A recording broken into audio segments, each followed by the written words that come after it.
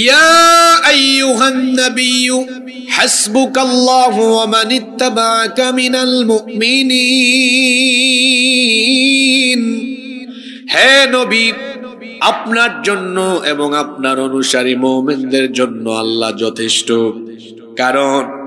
কারণ যার সাথে আল্লাহ আছেন তাকে মোকাবেলা করার মতো কোনো সাহস পৃথিবীর কারো নাই। কোরআনের আয়াত বা সূরার তাফসীর ভালো করে বোঝার জন্য সেটা নাজিলের হিস্ট্রি প্রেক্ষাপট জানতে হয়, যেটাকে আরবিতে বলা হয় সাবাবুন নুজুল। এই আয়াতগুলো নাজিল হয়েছে অত্যন্ত কঠিন সময়ে, বদর যুদ্ধের প্রাক্কালে এই আয়াতগুলো নাজিল হয়েছে, যখন মুমিনের সংখ্যা মাত্র 313 আর কাফিরের সংখ্যা 1000। কাফিরদের এই 1000-এর সাথে সবকিছু আছে, অস্ত্র শস্ত্র, জনবল, সৈন্যবল, অর্থবল, যুদ্ধের রসদ, সবকিছু তাদের ছিল, কিন্তু তাদের সাথে আল্লাহ ছিলেন না, কারণ তাদের ঈমান ছিল না।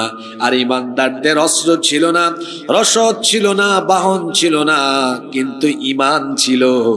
এই জন্য ঈমানদারদের সাথে যিনি ছিলেন তিনি কে? যার সাথে আল্লাহ থাকেন তার কোনো ক্ষতি কেউ করতে পারে না। আসেন তো আমরা আল্লাহর কোরআন থেকে এমন কয়েকটা এক্সাম্পল, কয়েকটা দৃষ্টান্ত জেনে নেই।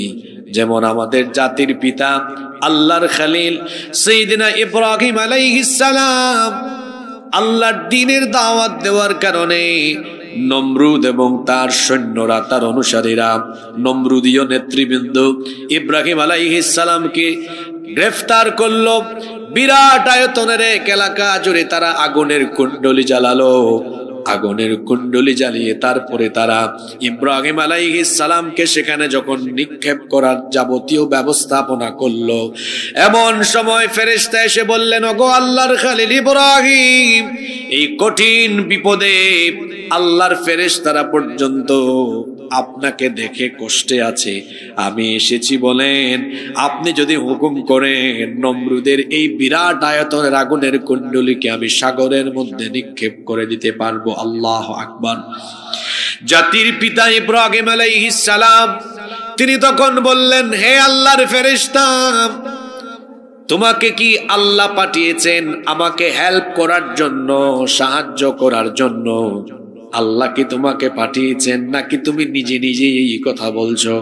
ফেরেশতা বললেন, আল্লাহ এখনো আমাকে হুকুম করেন নাই, আমি নিজে থেকে আপনাকে এই কথা বলছি। ইব্রাহিম আলাইহিস সালাম তখন বললেন, আল্লাহ তাআলা যদি তোমাকে হুকুম না করেন তো তোমার মতো ফেরেশতার সাহায্য আমার দরকার নাই। ফেরেশতা শোনো, হাসবুনাল্লাহু ওয়া নি'মাল ওয়াকিল, আমার জন্য আমার আল্লাহ যথেষ্ট, তিনি আমার অভিভাবক, তোমার মতো ফেরেশতার কোনো সাহায্য আমার দরকার নাই। আমি আমার আল্লাহর পথে থাকার কারণে আজ আমাকে এই নমরুদের বিরাট আয়তনের অগ্নি পরীক্ষার মুখোমুখি হতে হয়েছে। এখন এই অগ্নি পরীক্ষায় যদি আমি সম্মুখীন হয়ে আগুনে ঝাঁপ দেই, আমার আল্লাহ যদি এতে খুশি হয়ে যান, তাহলে আমি ইব্রাহিম সেই আল্লাহর জন্য একবার আর দুইবার নয়, নমরুদের জ্বালানো এই আগুনের মধ্যে আল্লাহ যতবার চাইবেন ততবার আমি ঝাঁপ দিতে রাজি আছি। ঈমানের অগ্নি পরীক্ষায় উত্তীর্ণ হয়ে গেলেন। ওই যে বললাম, আল্লাহ যার সাথে আছেন তার কোনো ক্ষতি কেউ করতে পারে। আল্লাহ বললেন, ইব্রাহিম, আগুনের পরীক্ষায় তুমি মুখোমুখি হয়েছ, কিন্তু আমি তোমাকে ছেড়ে যাই নাই, আমি তোমার সাথেই ছিলাম। আমি শুধু দেখতে চেয়েছি আমি যে তোমার সাথে আছি, আমার উপরে তোমার তাওয়াক্কুল কেমন, আমার উপরে তোমার দৃঢ়তা কেমন, ঈমানের অবিচলতা আমি দেখতে চেয়েছিলাম। যা দেখতে চেয়েছিলাম তা আমি দেখে ফেলেছি।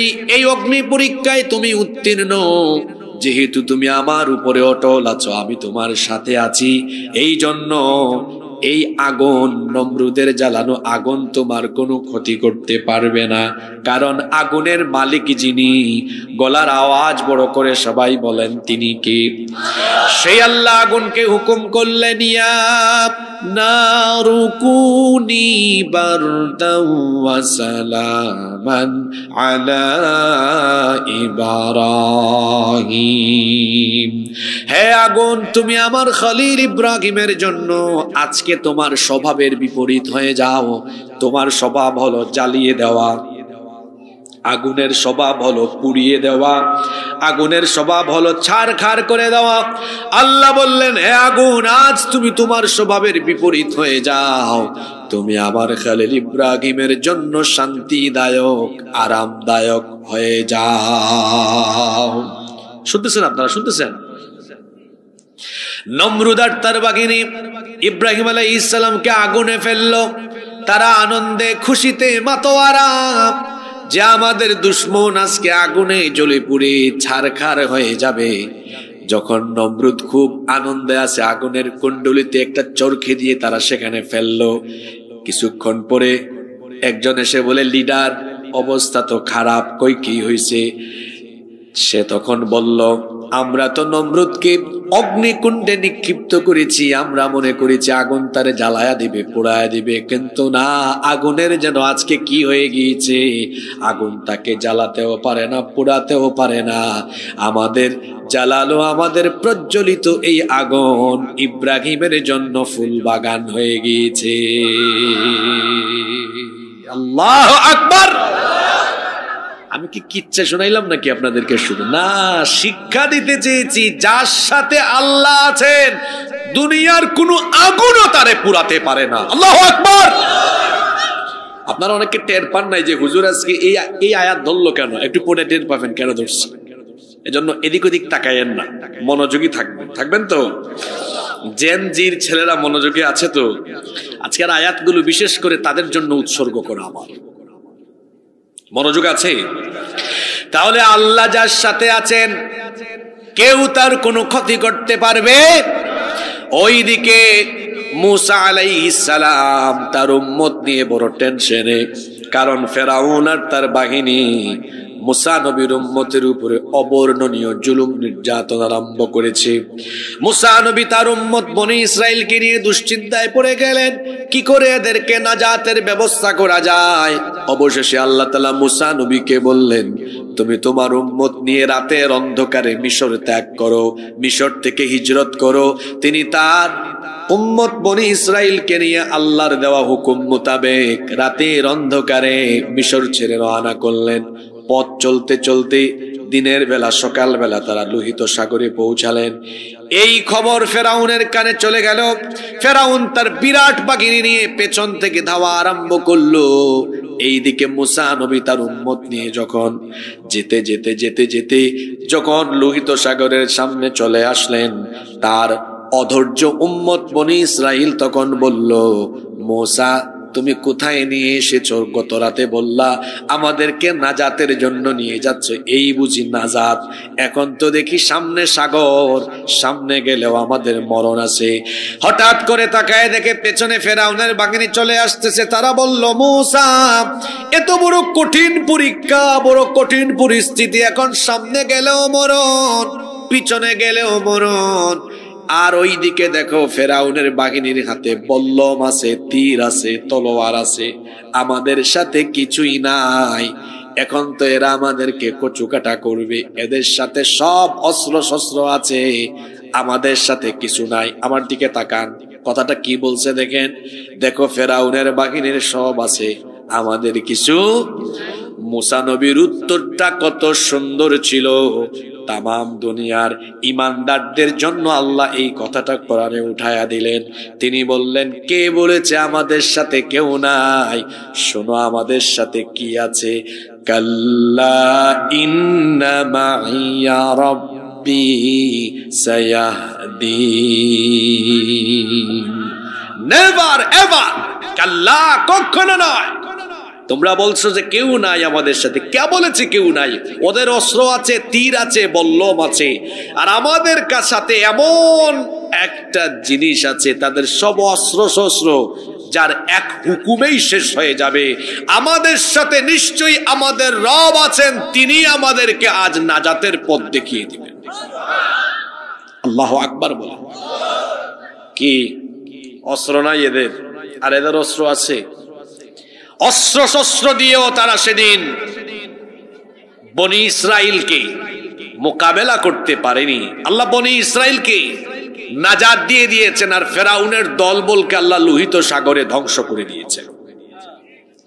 পৃথিবীতে সবচেয়ে বড় অস্ত্র হলো ঈমান।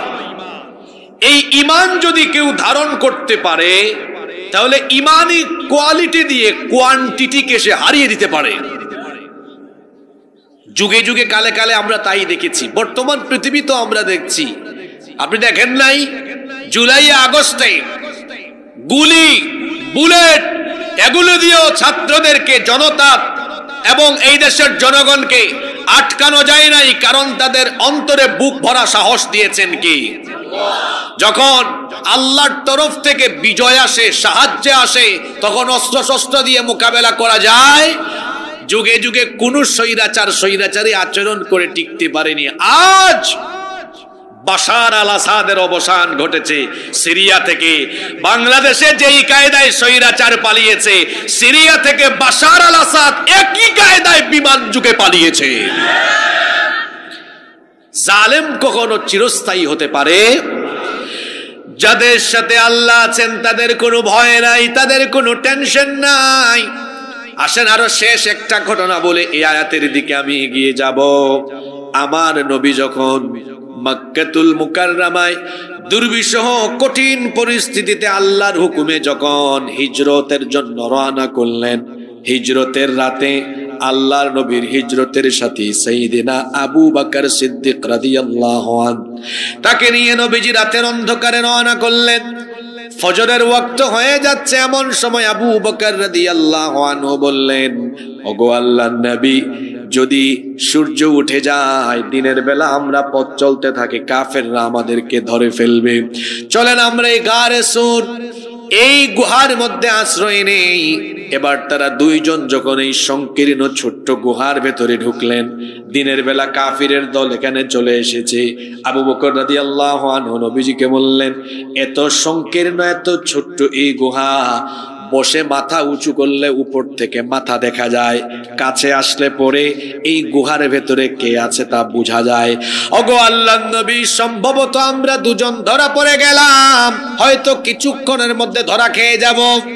ওদের লোক সংখ্যা আমাদের সাথে, আমাদের চাইতে বেশি, আমরা দুইজন, তারা অনেকজন। এদের সাথে অস্ত্র শস্ত্র, এদের সাথে অনেক কিছু আছে, আমাদের সাথে তো তেমন কিছুই নাই। আল্লাহর নবী তখন বললেন, কে বলেছে আমাদের সাথে কিছু নাই? নবীজি তখন আবু বকর রাদিয়াল্লাহু আনহুকে এমন একটা কথা বললেন যেটা আল্লাহ তাআলা কোরআনের আয়াত বানায় দিলেন। তিনি তখন বললেন, লা তাহজান ইন্নাল্লাহা মা'না, ভয় পেও না। কে বলছে আমাদের সাথে কেউ নাই? আমরা দুইজন, এতে আমরা মাইনরিটি নই, আমরা মেজরিটি, কারণ আমাদের সাথে যিনি আছেন, জোরে বলেন তিনি কে? সে আল্লাহ যার সাথে আছেন, তার কোনো ক্ষতি কেউ করতে পারবে? ওই গুহায় কাফেররা নবীজি এবং আবু বকর সিদ্দিক রাদিয়াল্লাহু আনহুর কোনো ক্ষতি করতে পেরেছে? জোরে বলেন, পেরেছে? হেফাজত করেছেন কে? আজ আমার দেশের স্বাধীনতা আর সার্বভৌমত্বের প্রশ্নে আমাদেরকে নিয়ে অনেকে টিটকারি করে যে ভারত তো বাংলাদেশকে ধরলে শেষ করে ফেলবে। কি আছেন তো আপনারা? ভারত বাংলাদেশকে ধরলে শেষ করে ফেলবে। পপুলেশন বেশি, 20 কোটি, 130 কোটি, মিলিটারি বেশি, এদিকে মিলিটারি কম। তাদের অনেক কিছু আছে আর এদের অনেক কিছু নাই। আর আমি বলি, তোরা 130 কোটির মধ্যে আমাদের 30 কোটি মুসলমান বাদ দিয়া তোরা 100 কোটির কাছে এমন জিনিস নাই যেটা আমাদের কাছে আছে। আমাদের ঈমান আছে, তোদের ঈমান নাই। আমাদের এই ঈমানি অস্ত্রের সামনে তামাম দুনিয়ার পরাশক্তি ঐক্যবদ্ধ হয়ে দাঁড়ালেও ঈমানি কোয়ালিটির সামনে দুনিয়ার কোনো কোয়ান্টিটি বিজয়ী হতে পারবে না। মনোযোগ আছে তো আপনাদের? এমন দুইটা আয়াতের তাফসীর আজকে ধরেছি আমরা, কোরআন হাদিস আর বাস্তবতার আলোকে আজকে আলোচনা করব ইনশাআল্লাহ। মনে রাখবেন, যুগে যুগে কালে কালে মুসলমান কখনো কোয়ান্টিটি দিয়ে, সংখ্যা দিয়ে, পরিমাণ দিয়ে বিজয়ী হয় নাই। মুসলমান যুগে যুগে বিজয়ী হয়েছে ইমানের কোয়ালিটি দিয়ে। কথা বুঝে থাকলে আমার চাচারা যদি আসতেও জবাব দেন আমার আপত্তি নাই, তারা আমার বাবার মতো বয়স হয়েছে, কিন্তু যুবক আওয়াজ দিবে যুবকের মতো, কারণ দুর্বল ইমানদার আমি দেখতে পারি না। একটু ভালো করে জবাব দিবেন। পৃথিবীতে মুসলমান যুগে যুগে বিজয়ী হয়েছে কোয়ান্টিটি দিয়ে না কোয়ালিটি দিয়ে? কোয়ালিটি দিয়ে মুসলমান বিজয়ী হয়েছে, কোয়ান্টিটি দিয়ে মুসলমান বিজয়ী হয় নাই। এই আয়াতগুলো যে প্রেক্ষাপটে নাজিল হয়েছে সেই বদরের যুদ্ধের কথা যদি আমি বলি, তাহলে সেখানে কাফিরদের কোয়ান্টিটি বেশি ছিল, মুমিনদের কোয়ান্টিটি কম ছিল, কিন্তু ইমানদারদের কোয়ালিটি কম ছিল না বেশি ছিল? আল্লাহ তাআলা বদরের কথা কোরআনে কারীমের 3 নম্বর সূরা আলে ইমরানের 123 নম্বর আয়াতে বলছেন, ওয়ালাকাদ নাসারাকুমুল্লাহু বিবদরিন ওয়া আনতুম আযিল্লাহ ফাত্তাকুল্লাহা লাআল্লাকুম তাশকুরুন। আর অবশ্যই আল্লাহ তোমাদেরকে বদরে সাহায্য করেছেন যখন তোমরা ছিলে হীনবল, যখন তোমরা ছিলে সংখ্যায় কম, মাত্র 313 জনের বাহিনী নিয়ে তোমরা বড় দুশ্চিন্তাগ্রস্ত ছিলে। আল্লাহ নবী 313 জন নিয়ে যখন বদরের ময়দানে গেলেন, নবীজি নিজেই পেরেশান, কারণ এই যুদ্ধ ছিল এমন যারা মুখামুখি হয়েছে প্রত্যেকের কিন্তু রক্ত সম্পর্ক আছে। কিরকম রক্ত সম্পর্ক? ছেলে ইসলাম কবুল করেছে, বাবা করে নাই। এখন বদরের ময়দানে বাপ আর ছেলে মুখামুখি। এক ভাই ইসলাম কবুল করেছে, আরেক ভাই ইসলাম কবুল করে নাই। এখন ভাই ভাইয়ের উপরে তলোয়ার ওঠাবে। চাচা ইসলাম কবুল করে নাই, ভাতিজা করেছে, চাচা আর ভাতিজা মুখামুখি। তাহলে রক্তের মানুষকে মোকাবেলা করবে। এখন যদি যুদ্ধের ময়দানে ইমানের চেতনার চাইতে রক্তের চেতনা বেশি টান মারে, পরাজিত হওয়ার সম্ভাবনা আছে না নাই? আল্লাহর নবী দুশ্চিন্তাগ্রস্ত হয়ে গেলেন।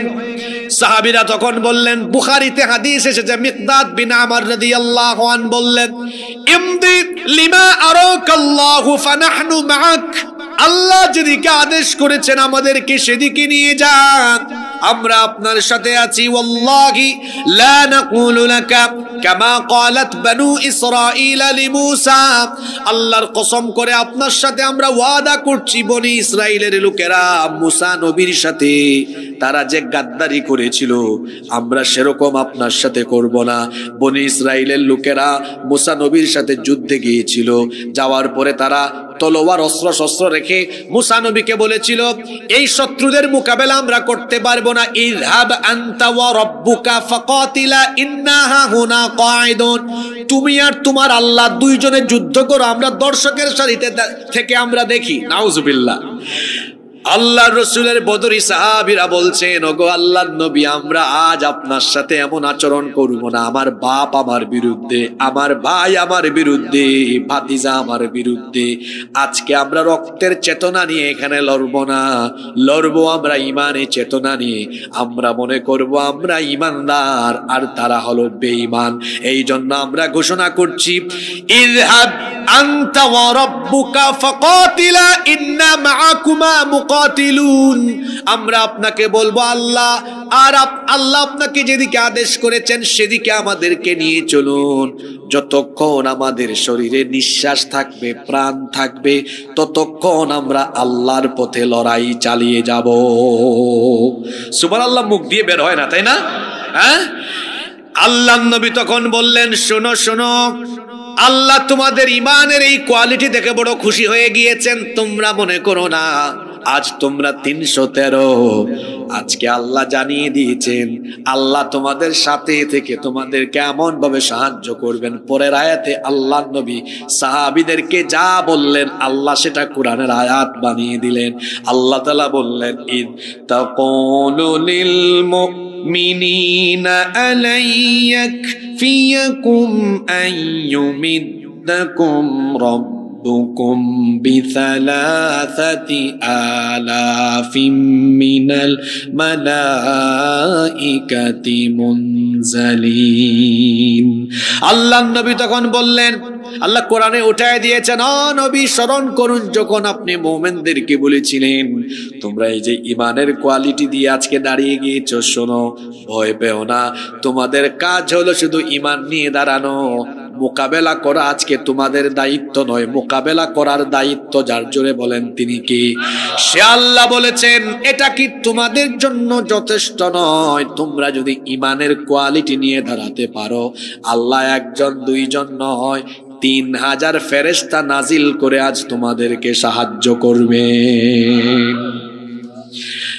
আল্লাহ তাআলা তাদেরকে আরো জানিয়ে দিলেন সূরা আনফালের 12 নম্বর আয়াত, ইয ইউহি রাব্বুকা ইলাল মালাইকাতি আন্নী মাআকুম الذين آمنوا سألقي في قلوب الذين كفروا الرعب سألقي في قلوب الذين كفروا الرعب فاضربوا فوق الأعناق واضربوا منهم كل بنان আল্লাহ বলছেন যখন তোমার রব ফেরেশতাদেরকে ডেকে আদেশ করুন, ফেরেশতারা আমি তোমাদের সাথে আছি, ফাতাব্বিতুল্লাযীনা আমানু, বদরে যাও, ইমানদাররা যেন দৃঢ় থাকে, ইস্তেকামত থাকে, সেই ব্যবস্থা করো। সাউলকি ফি কুলুবিল্লাযীনা কাফারু, আজ আমি কাফিরদের অন্তরের মধ্যে রব, ভীতি সঞ্চার করে দিব। যাও তোমরা নেমে যাও, ও আমার ফেরেশতারা বদরের ময়দানে যাও। ইমানদাররা 313 জন, দেখো এদের সংখ্যা কত কম, শুনতেছেন?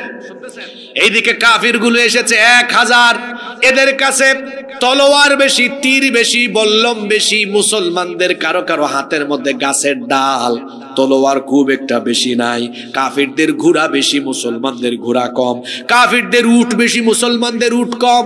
কাফিরদের 1000 সব ট্রেনিং প্রাপ্ত সৈন্য, মুসলমানদের কেউ ট্রেনিং প্রাপ্ত নয়। আল্লাহ তাআলা ফেরেশতাদেরকে বললেন তোমরা নেমে যাও, আমার ইমানদার বান্দারা আজকে দাঁড়াবে, কিন্তু মোকাবেলা তারা করবে না, মোকাবেলা করবে তোমরা।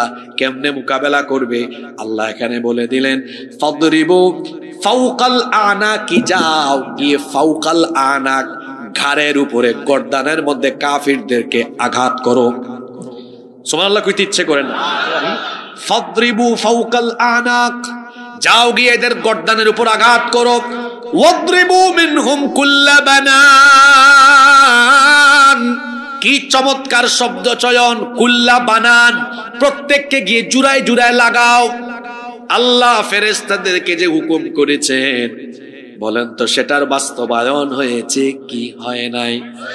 এবার আসেন, হইছে যে কয়েকটা সিরাতের গ্রন্থ থেকে আমি কয়েকটা রেফারেন্স আনি। আবু জেহেলের ছেলের নাম হলো ইকরিমা বিন আবু জাহাল।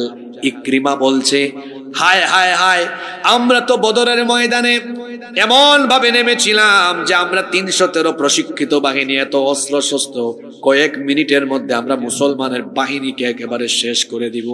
কিন্তু যখনই আমরা মুসলমানের বাহিনীর সামনে তাদেরকে মোকাবেলার জন্য গেলাম, লক্ষ্য করে দেখলাম মুসলমানের বাহিনীর লোকেরা আমাদের উপরে আঘাত হানার আগেই সাদা সাদা কাপড় পরিহিত অনেক যোদ্ধা এসে আমাদের অনেক নেতৃবৃন্দের শরীর থেকে কল্লা আলাদা করে ফেলে দিয়েছে। এত আস্তে বললেন সুবহানাল্লাহ। এই বক্তব্য কার? এটা বুঝে আল্লাহর। কি মনোযোগ নিয়ে বসেন আপনারা আমাকে বলুন। হ্যাঁ, ক্লাসের ভালো ছাত্র কখনো ক্লাসের বাইরে মনোযোগী থাকেন, এই বুঝি মাহফিল শুনতে আসেন না? আমার আলোচনায় বসলে পূর্ণাঙ্গ মনোযোগের সাথে বসবে, কারণ আমি একটু পরপর প্রশ্ন করি। এই বক্তব্য আবু জেহেলের ছেলের, কার? ইকরিমা বিন আবু জাহাল। সে বলছে, আমি নজর করে দেখলাম আমার নেতৃবৃন্দ, এদের সামনে কেউ নাই। হঠাৎ করে এসে দেখি কে জানি এদের মাথা আলাদা করে দেয়। এক কাফিরের বক্তব্য শোনালাম, এবার বক্তব্য শোনায় একজন বদরি সাহাবীর। এই বদরি সাহাবীর নাম হলো আবু দাউদ ইবনে মাজিনা। তিনি বলছেন আমি এক মুশরিককে আঘাত করতে গেলাম, আমি এই মুশরিককে যখনই আঘাত করতে গেলাম তখন আমি দেখলাম আমি আঘাত করার আগেই তার মাথা আলাদা হয়ে পড়ে গিয়েছে। নজর করে দেখলাম আমি মারার আগে কে মারলো, শুধু দেখলাম সাদা কাপড় পরিহিত মুহূর্তে আবার হাওয়া হয়ে গেলেন। তাহলে এই বক্তব্যগুলো থেকে বোঝা গেল আল্লাহ যেভাবে কোরআনে বলেছেন হাজার হাজার ফেরেশতা পাঠায়া আমি বিজয়ী দিব, আল্লাহ ওয়াদা মোতাবেক হাজার হাজার ফেরেশতা পাঠায়া বদরের ময়দানে আবু জেহেলের গোষ্ঠীদেরকে বদরের ময়দান থেকে যিনি একেবারে বদরের ময়দান থেকে বেইজ্জত করে বিদায় করে দিয়েছেন, জোরে বলেন তিনি কি? সে আল্লাহ এখন আর নাই, থাকলেও আগের মতো পাওয়ার নাই। হ্যাঁ, জোরে বলেন আছে? আছে। আল্লাহর পাওয়ার ঠিকই আছে, আমার আপনার ইমানের পাওয়ার নাই। ইমানের পাওয়ার আসেন আজকে ইমানের ব্যাটারিকে আমরা একটু চার্জ দিয়ে যাই। শুনতেছেন আপনারা? সে আল্লাহ বলছেন, এবার আসেন পরের আয়াত 65 নম্বর আয়াত। আমি দুইটা আয়াত আজকে আলোচনার জন্য নির্ধারণ করলাম। পরের আয়াত দেখেন, আমাদের ব্যাটারি দুর্বল, আল্লাহ দুর্বল নন। সে আল্লাহ এবার ব্যাটারিটাকে, আমাদের ইমানের ব্যাটারিকে আমরা যেন একটু সবল করতে পারি। কত চমৎকার কথা আল্লাহ বলছেন, ইয়া আইয়ুহান নাবিয়্যু হাররিদিল মুমিনিনা আলাল কিতাল।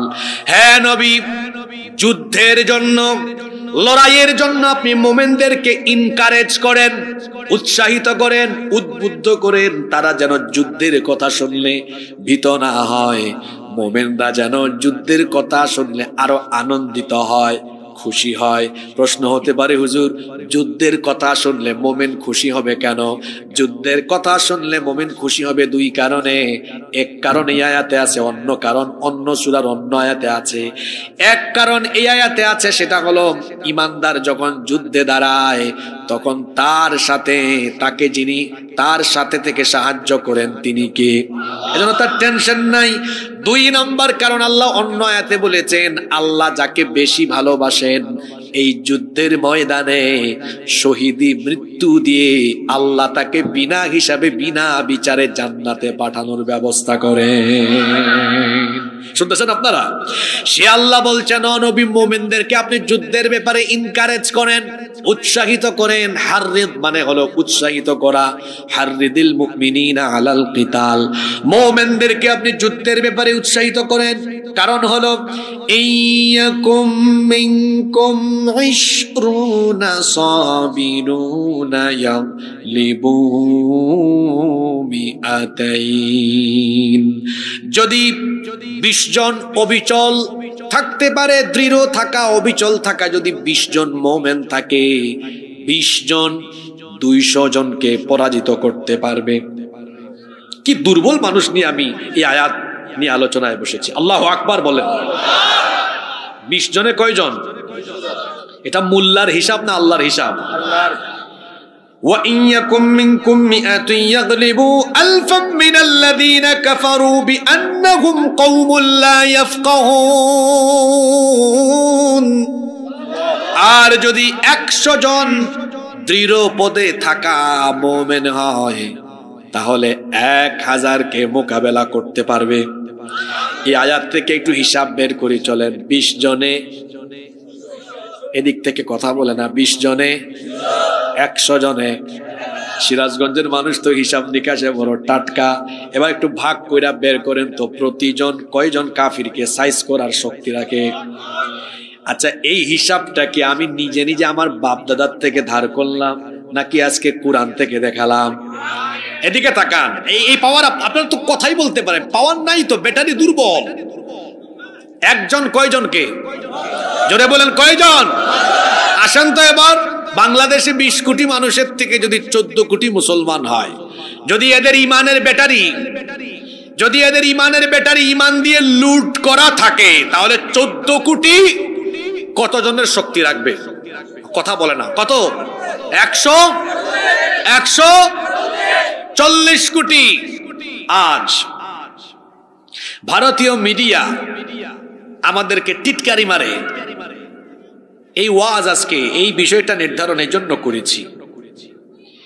যখন যেটা দরকার, মানুষের যেটা বোঝা দরকার, সব কোরআনে আছে না নাই? তারা বলে তোমাদের এত বড় সাহস কিভাবে হয়? 130 কোটি ব্যাককলের দল, তোরা হিসাব নিকাশ জানোস না। আমাদের যদি শুধু এখান থেকে মুসলমান আলাদা করা হয় 14 কোটি, সংখ্যায় আমরা 14 কোটি হলেও কোয়ালিটিতে আমরা 140 কোটির সমান। তো তোমরা তো 130, এর মধ্যে 30 আমাদের ভাই, এরা বাদ দেন। বাদ দিব কেন? এরা বলবে আমাদেরও বহুত হিসাব নিকাশ আছে। এরা 30 কোটি গুণ 10, 300 কোটি, আর এইদিকে 140 কোটি, 440 কোটি। হ্যাঁ, 30 কোটি ওইদিকে আর 14 কোটি এইদিকে। পাটাপুতাইলের মাঝখানে তোমাদেরকে ফালায়া, পাটাপুতাইলের মাঝখানে থাকলে যা হয় উগ্রবাদীদের পরিণতি তাই হবে। স্লোগানটা পড়ে দেন, এখন দিয়েন না, এখন দেন। আপনাদেরকে ভালো করে লাইনে উঠাই, তারপর আমার বহু কথা বাকি আছে এখনো। আজকে কে উঠবে না? কথা যে কথা শুরু হবে একটু পরে দেখবেন স্লোগানের জন্য এমনি উঠা থেকে বসে যাবে। দাঁড়ান, কথা বলতে দেন আমাকে। আজান কয়টায়? বহুত সময়, 3:45। আমি, আচ্ছা আপনারা বলেন, আমি যে কথা বলা শুরু করলাম এখন পর্যন্ত আমি কি অপ্রাসঙ্গিক কোনো কথা বলেছি? আজকে সিরাজগঞ্জের মানুষ একটা জিনিস বলে যায়, আমি আপনাদের এলাকায় 7-8 বছর ধরে আসি, তো আপনারা মাশাআল্লাহ একদিক থেকে আপনাদের একটা জিনিস খুব ভালো লাগে, আপনারা লম্বা সময় হুজুরদের ওয়াজ শুনতে চান, 2 ঘন্টা 2.5 ঘন্টা। কিন্তু যারা 2 ঘন্টা কথা বলে দেখবেন 2 ঘন্টার মধ্যে ওয়াজ করে 10-15 মিনিট, বাকি সময় আজান দেয়, গজল গায়, কিচ্ছা বলে। আর আমার অভ্যাস হলো আমি কথা বলি 1 ঘন্টা, প্রয়োজন 60-70 মিনিট, 70 মিনিটের মধ্যে 70 মিনিট ওয়াজ করি। তো ভালো কোনটা? 70 মিনিট ভালো না 2.5 ঘন্টা ভালো? আপনারা চুজ করেন ভালো কোনটা। হ্যাঁ, আর বিজ্ঞান কি বলে? মানুষের 50-55 মিনিটের বেশি সময় মনোযোগ থাকে না, এই জন্য 2.5 ঘন্টার ওয়াজ মানুষ মনে রাখতে পারে না। 60-70 মিনিটের গুরুত্বপূর্ণ কথা মানুষ হৃদয়ে ধারণ করে বাড়ি যেতে পারে। নাও টেক ইউর ডিসিশন, সিদ্ধান্ত আপনি নেন কোনটা করবেন। ঠিক আছে, এই ভাই বলছেন 3:45, বহুত সময় আমার জন্য এটা। এখন ওইদিকে 15, ওইদিকে 5, 20, এই 20 মিনিট আমি বহুত কথা বলতে পারবো এখন। আলহামদুলিল্লাহ পড়েন। আলহামদুলিল্লাহ। যে আমার ভাই বললেন আমরা একই প্ল্যাটফর্মের মানুষ, তো আমরা 2-4 মিনিট সময় পাইলে 2 ঘন্টার বক্তব্য 2 মিনিটে ঢুকাই দিতে। এত কথা বলে লাভ নাই। কথা আমাদের দেশে হবে সেই ছেলে কবে কথাই না বড় হয়ে, কথা বলবো কম, কাজ করব। তাহলে এই আয়াত আমাদেরকে কি হিসাব দেখাইলো? প্রত্যেক মুসলমান যদি তার ইমানের ব্যাটারিকে লুট করতে পারে 10 জনকে মোকাবেলার শক্তি রাখবে। কথা মোল্লার না আল্লাহর? তাইলে 14 কোটি 140 কোটির কোয়ালিটিতে পরিণত যদি হয় যে হিন্দুস্তানের উগ্রবাদীরা বাংলাদেশকে নিয়ে উল্টা পাল্টা কথা বলে, আমাদের ইউনুস সাহেব বলেছেন 7 সিস্টার্স এর কথা, আর আমি বলি ভারতের সবগুলো রাজ্য মানচিত্র থেকে টুকরা টুকরা হয়ে গিয়ে 14 কোটি মুসলমানকে খেপালে পড়ে 7 সিস্টার নয়, দিল্লিতে ইসলামের পতাকা উড়িয়ে দেওয়া হবে। একটু ভাই একসাথে মাইরেন, সময়টা কম। দাঁড়ান দাঁড়ান দাঁড়ান দাঁড়ান, আমি তো বলছি সুযোগ দিব। গেল কোরআন, এবার হাদিসে আসেন। আজ যে উত্তেজনাকর পরিস্থিতি ভারত আর বাংলাদেশে তৈরি হয়েছে, আমার দিকে তাকান, তৈরি হয়েছে, এটা তৈরি হবে 1500 বছর আগে ভবিষ্যৎবাণী করে গিয়েছেন মুহাম্মদ। আমরা বলি সাল্লাল্লাহু। এই হাদিসটি নাসাই শরীফে, তিরমিজি শরীফে বর্ণিত হয়েছে। সাউবান রাদিয়াল্লাহু আনহু হাদিসের বর্ণনাকারী সাহাবী, তিনি বলছেন আল্লাহর নবী বলেছেন ইসাবাতান মিন উম্মতি আহরাজাহুমাল্লাহু মিনান নার, আমার উম্মতের 2টা দলকে আল্লাহ তাআলা জাহান্নামের আগুন থেকে মুক্তি দিয়েছেন। জোরে বলেন তো কয়টা দল? আল্লাহর নবী বলেছেন 2 দলের উপরে জাহান্নামের আগুন হারাম, এদের জন্য আল্লাহর জান্নাত। আমার উম্মতের 2টা দলকে আল্লাহ জান্নাত দিবেন, জাহান্নাম থেকে মুক্তি দিবেন। এখন প্রশ্ন হতে পারে হুজুর ওই 2 দল কারা? আল্লাহর নবী বললেন 1 নাম্বার ইসাবাতুন তাগজুল হিন্দ, যারা হিন্দুস্তানের বিরুদ্ধে যুদ্ধ করবে আল্লাহ তাদের জন্য জাহান্নামের আগুন হারাম করে দিয়েছে। তাহলে হিন্দুস্তানের বিরুদ্ধে যুদ্ধ যুদ্ধ হবে এটা 1 বছর 2 বছর আগে নয়, 1500 বছর আগে বলে গিয়েছেন মুহাম্মদ সাল্লাল্লাহু। যদিও এই হিন্দুস্তানে এর আগে অনেকবার অভিযান চালিয়ে মুসলমানরা বিজয় অর্জন করেছে। 15 হিজরিতে প্রথমে শুরু হয়েছে ওমর রাদিয়াল্লাহু আনহুর সময়, অতঃপর 38, অতঃপর 44, 92, 402 হিজরিতে মুহাম্মদ বিন কাসিম তো জয় করেছেন। এগুলো আপনারা পড়েন নাই? এবং 750 বছরেরও বেশি সময় একটানা সুদীর্ঘকাল ভারতবর্ষ শাসন করেছে মুসলমানরা। তো এই যুদ্ধের পুনরাবৃত্তি বারবার ঘটতে পারে। আল্লাহর নবী বলেছেন হিন্দুস্তানে ভয়াবহ যুদ্ধ হবে কিয়ামতের আগে। এই যুদ্ধে অংশগ্রহণকারী প্রত্যেক মুসলমানকে আল্লাহ তাআলা জাহান্নাম থেকে মুক্তি দিবেন। তাহলে যদি হিন্দুস্তানের সাথে এরকম কোন পরিস্থিতি তৈরি হয়, আমাদের কিসের ভয়? আমাদের আমরা আনন্দের সাথে, খুশির সাথে, জান্নাতের আশায় এই যুদ্ধে আমরা ইবাদত মনে করে ঝাঁপিয়ে পড়ব। কিসের সাথে? এই তো এখানে একজন অ্যাক্টিভ শ্রোতা পাওয়া গেছে, লাইন বাই লাইন মনে রাখে। কিসের সাথে? আনন্দের সাথে। কিসের সাথে? একদল গেল, আর একদল বাকি আছে না? ওয়া ইসাবাতুন তাকুনু মা ঈসা ইবনে মারইয়াম আলাইহিস সালাম, যারা ঈসা আলাইহিস সালামের সৈন্য হবে, ঈসা আলাইহিস সালামের অনুসারী হবে, ঈসা আলাইহিস সালামের সাথী হবে। পৃথিবীতে একজন নবীর এখনো ইন্তেকাল হয় নাই, ওই নবীর নাম হলো ঈসা। যদিও খ্রিস্টানরা মনে করে তারা ঈসা আলাইহিস সালামকে শুলে চড়িয়ে হত্যা করেছে, আসলে যাকে তারা শুলে চড়িয়ে হত্যা করেছে ওইটা ঈসা ছিল না, ওইটা ছিল মিস্টার মিসা। কারণ হলো তাদেরই একজন সৈন্যকে আল্লাহ ঈসা নবীর রূপ দিয়ে দিয়েছিলেন, আর ঈসা নবীকে আল্লাহ তাআলা আসমানে উঠিয়েছেন। কেন উঠিয়েছেন? কারণ তার একটা ফরিয়াদ ছিল, আল্লাহ আমার পরেই তো আখেরি নবী আসবেন, আমাকে তুমি যদি নবী না বানিয়ে এই আখেরি নবীর উম্মত বানাতে আমার হৃদয়ের সকল আকুতি শেষ হয়ে যেত। আল্লাহ গো দয়া করে তুমি আমাকে আখেরি নবীর উম্মত বানাও। এতবার বারবার দোয়া করার কারণে আল্লাহ বললেন, যাও ঈসা, তোমারে নবীও বানালাম তোমার এই আশা পূরণের জন্য। আমি তোমার মৃত্যু না দিয়ে আমার কাছে তোমাকে কিছু কাল রেখে আবার তোমারে আখেরি নবীর উম্মত বানায়া দেব। সেই ঈসা নবী আসবেন কোথায়? আজকে যে সিরিয়া বাশার আর আসাদ মুক্ত হলো, সেই সিরিয়ার হাদিসে এসেছে সিরিয়ার পূর্ব দিকের সাদা গম্বুজওয়ালা একটি মসজিদে ফজরের সময় নামাজের আগ মুহূর্তে 2 জন ফেরেশতার কাঁধের উপরে ভর করে ঈসা আলাইহিস সালাম অবতরণ করবেন। ফজরের নামাজ শেষে তিনি তখন ইমাম মাহদী আলাইহিস সালাম আর মুমিনদেরকে সাথে নিয়ে দাজ্জালকে বাবে লুদে হত্যা করবেন। আল্লাহু আকবার।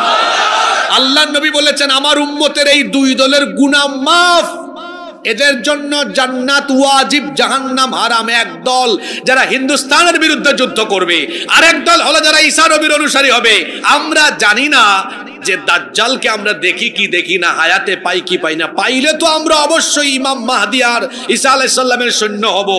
আর যদি আমরা সেটা না পাই, যদি আমরা হিন্দুস্তানের বিরুদ্ধে এই রকম কোন পরিস্থিতি তৈরি হয়, একজন মুসলমানও ঘরে বসে থাকবে না, ইমানি কোয়ালিটি নিয়ে দিল্লিতে ইসলামের পতাকা উড়ে দেওয়ার জন্য ঝাঁপিয়ে পড়বে ইনশাআল্লাহ। সম্মানিত উপস্থিতি, কোরআন হাদিস এবার বাস্তবতা দিয়ে আরো কিছু কথা বলবো। ভারত কোনোদিনও বাংলাদেশের সাথে পারবে না, পারবে না। 1 নম্বর দলিল আল্লাহ রসুলের হাদিস, আল্লাহ রসুলের কথা সত্য না মিথ্যা। হিন্দুস্তানে ভয়াবহ যুদ্ধ হবে, অনেক মুসলমান শহীদ হবে, কিন্তু শেষ পর্যন্ত মুসলমানরা বিজয়ী হবে। আমরা যুদ্ধ চাই না, কিন্তু মুসলমানরা ডিফেন্সিভ, মুসলমানরা ডিফেন্সিভ। পৃথিবীতে কোন সময় মুসলমানরা আক্রমণ করে না, আবার আক্রান্ত হলে আমরা ছাড় দিতেও জানি না।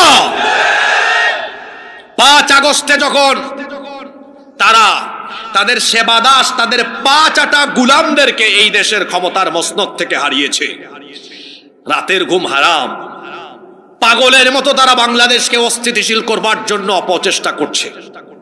আপনারা জানেন 5 আগস্টের পর থেকে আজ পর্যন্ত তারা থেমে নেই, বসে নেই, কত কিছু তারা করছে। সর্বশেষ ইসকন নামে একটি উগ্রবাদী জঙ্গিবাদী সংগঠনের মাধ্যমে বাংলাদেশকে অস্থিতিশীল করে বাংলাদেশে একটা গৃহযুদ্ধ বাঁধিয়ে দেওয়ার অপচেষ্টা করছে। সেই স্বপ্ন কোনোদিন পূরণ হবে না। ভারতীয় মিডিয়া 5 তারিখ থেকে আজ পর্যন্ত বাংলাদেশের ব্যাপারে তারা বদনাম, কুৎসা, মিথ্যাচার ও অপবাদ রটাচ্ছে। আপনারা সচেতন মানুষ, আপনারা জানেন 5 তারিখের পর থেকে তাদের দেশের মিডিয়ায় বারবার বলা হয়েছে বাংলাদেশে নাকি সংখ্যালঘু নির্যাতন হয়, হিন্দুদের ঘর বাড়ি এখানে নাকি জ্বালায় পোড়ায়া শেষ করে দেওয়া হচ্ছে। বাস্তবতা হলো এই দেশে হিন্দুরা অমুসলিমরা জামাইয়া ধরে আছে। কথা ঠিক না বেঠিক? আমাদের কোরআন, আমাদের দিন ইসলাম আমাদেরকে এটা শেখায় না যে অন্য কোনো ধর্মের ভাই বোনদের বাড়িঘর জ্বালিয়ে দেওয়া, তাদের উপাসনালয় দখল করে নেওয়া, তাদের উপরে নির্যাতন চালানো। এই শিক্ষা ইসলাম আমাদেরকে দেয় না বলেই ভারতবর্ষে এখনো অন্য ধর্মের মানুষ আছে।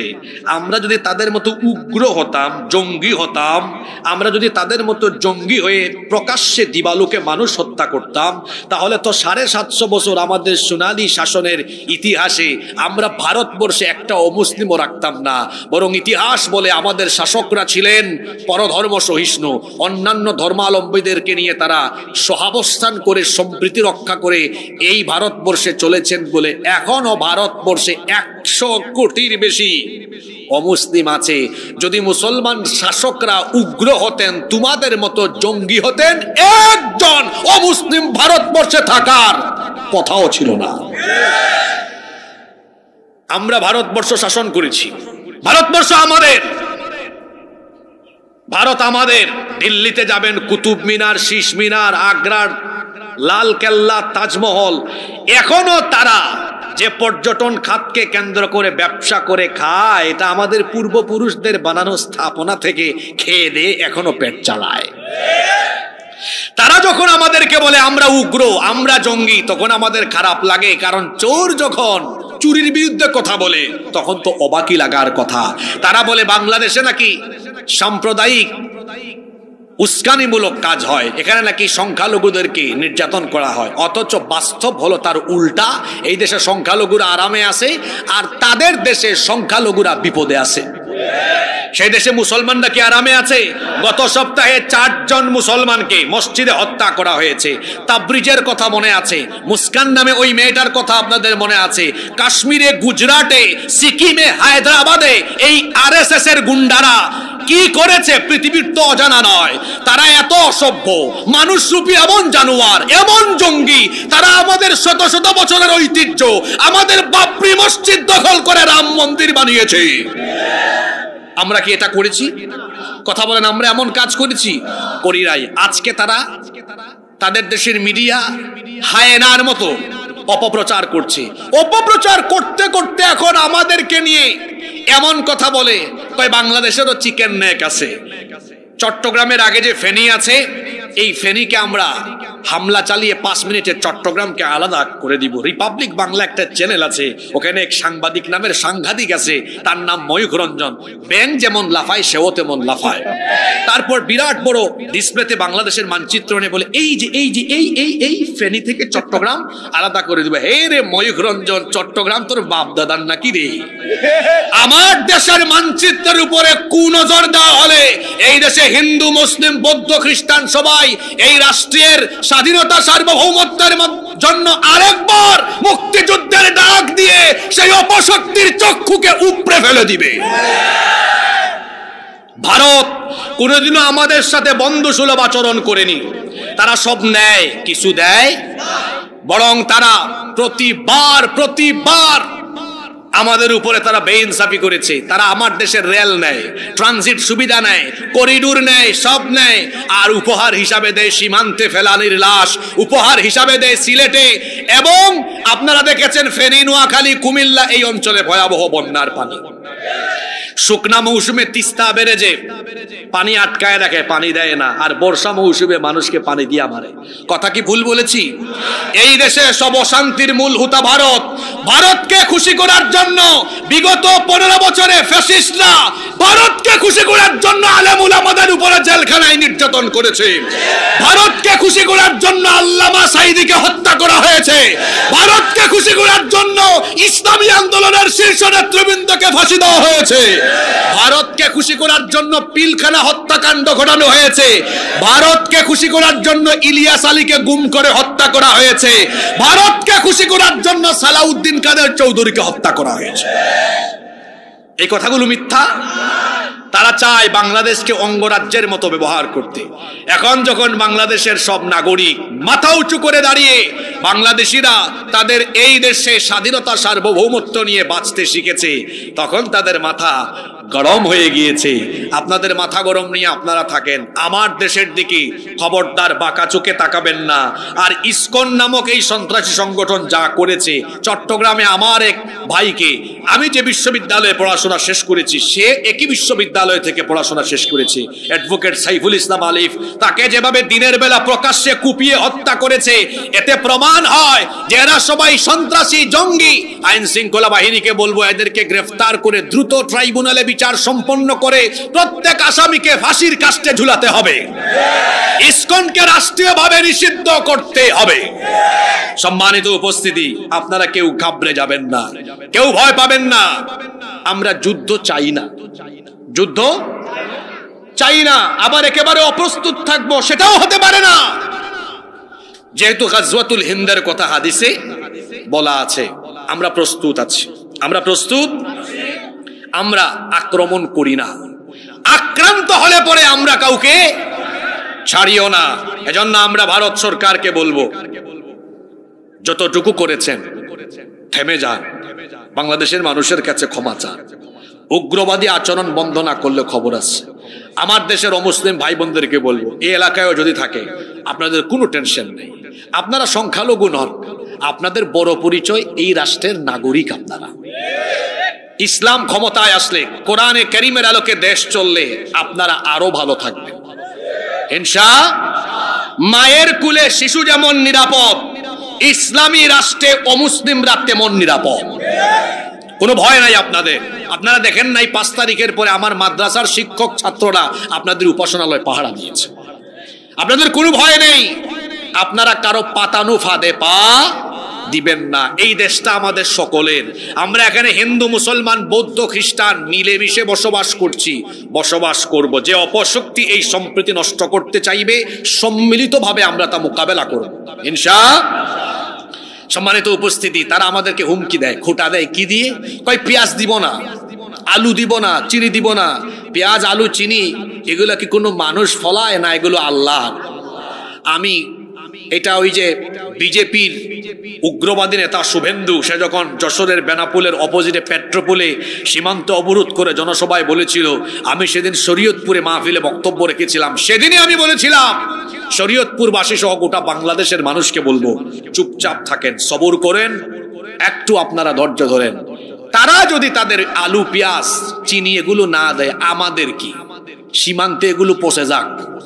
তাদের পণ্যের বড় কাস্টমার বাংলাদেশ। তারা যদি বাণিজ্যিক ভাবে তাদের বড় একটা কাস্টমার দেশকে হারায়, তাদেরই লস। আপনাকে কোনো এক দোকানদার পণ্য দেয় না, তো আরেক দোকানদার এগিয়ে আসবে, অসুবিধা নাই। কিন্তু তাদের যদি বাণিজ্য আমাদের দেশের সাথে বন্ধ হয়ে যায়, ওরা না খায়া মরবে। আমি 8-9 দিন আগে যে বক্তব্য দিয়েছিলাম তাই হলো। গত পরশুদিন আমি হঠাৎ করে ইউটিউবে গেলাম, দেখি কলকাতার এক টেলিভিশন চ্যানেলে সাক্ষাৎকারে কিছু ব্যবসায়ীরা বলছে, আমাদের অবস্থা খারাপ, আধা পেট খেয়ে আছি গো। আমি শুনে বললাম, আর একটু সবর করেন, না খায়া মরে যাবেন গো। যা বলেছিলাম তাই হয়েছে। এমনিতেই নাই তোদের টয়লেট।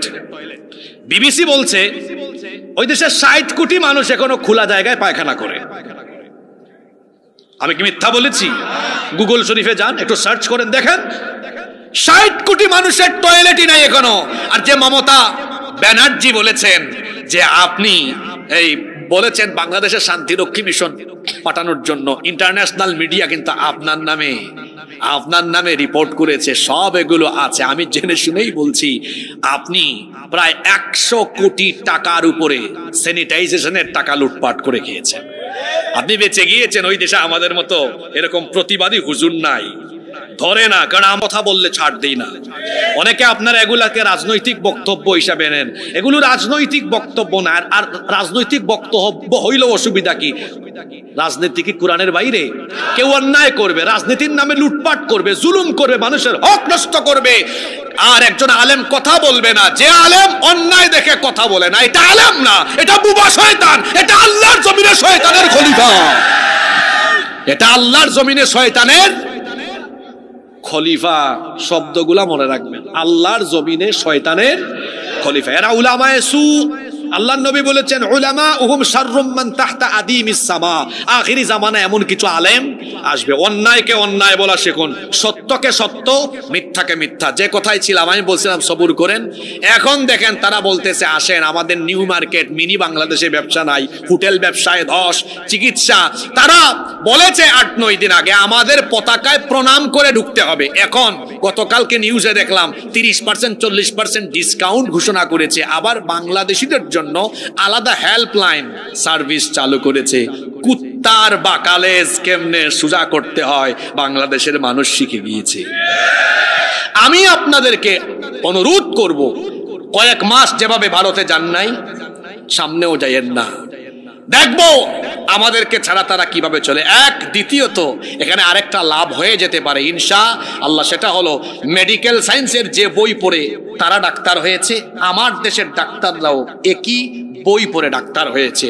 অভাবটা হলো আন্তরিকতার। আমি মনে করি আমার দেশের ডাক্তাররা যদি আন্তরিক হয়ে দেশপ্রেমের চেতনায় উদ্বুদ্ধ হয়ে চিকিৎসা সেবা দেন, ভারতের চাইতে উন্নত চিকিৎসা ব্যবস্থা আমাদের দেশে হয়ে যাবে ইনশাআল্লাহ। আমরা কারো উপর ডিপেন্ডেন্ট হব না ইনশাআল্লাহ। বাংলাদেশের সুদিন আসতেছে। আমার ভাই বক্তব্যে আপনাদেরকে বলেছেন, ভাগ্য বদলানোর জন্য, এই দেশকে সোনালী সমৃদ্ধ হিসেবে গড়ে তোলার জন্য এখন আমাদের প্রয়োজন চোর ডাকাত বেঈমানের পরিবর্তে যারা রাস্তার টাকা খায়, কাবি খাট টাকা মেরে খায়, ব্রিজের টাকা খায়, যারা মানুষের দিন, এমন কেউ যে টয়লেট দেয়, টয়লেট স্যানিটারি, ওগুলার পর্যন্ত দুর্নীতি করে খায়, এরকম চোর ডাকাত আর দুর্নীতিবাজদের পরিবর্তে যদি আমরা বাংলাদেশে কোরআনওয়ালা লোকদের হাতে রাষ্ট্র পরিচালনার দায়িত্ব সুপর্দ করতে পারি, এই বাংলাদেশ কয়েক বছরের মধ্যে গোটা বিশ্বের বুকে মাথা উঁচু করে দাঁড়াবে ইনশাআল্লাহ।